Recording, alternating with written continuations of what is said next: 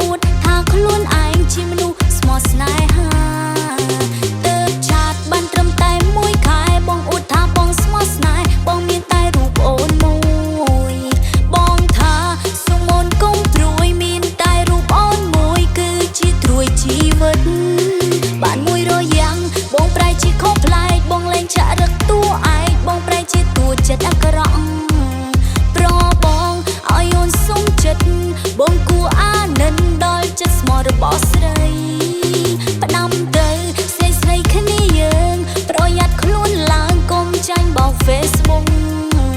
ព្រោះប្រ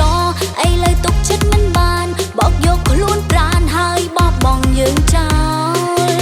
ចាញ់បោកសំរបងមួយឆាវដូចគេយកជួកាវមកបិទភ្នែកអញចឹង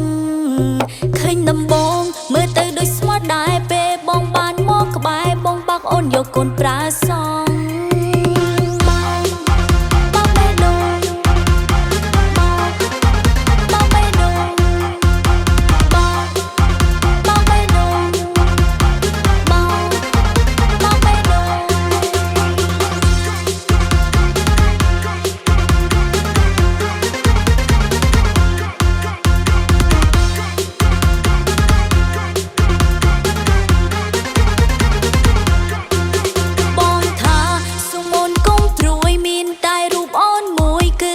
ត្រួយជីវិត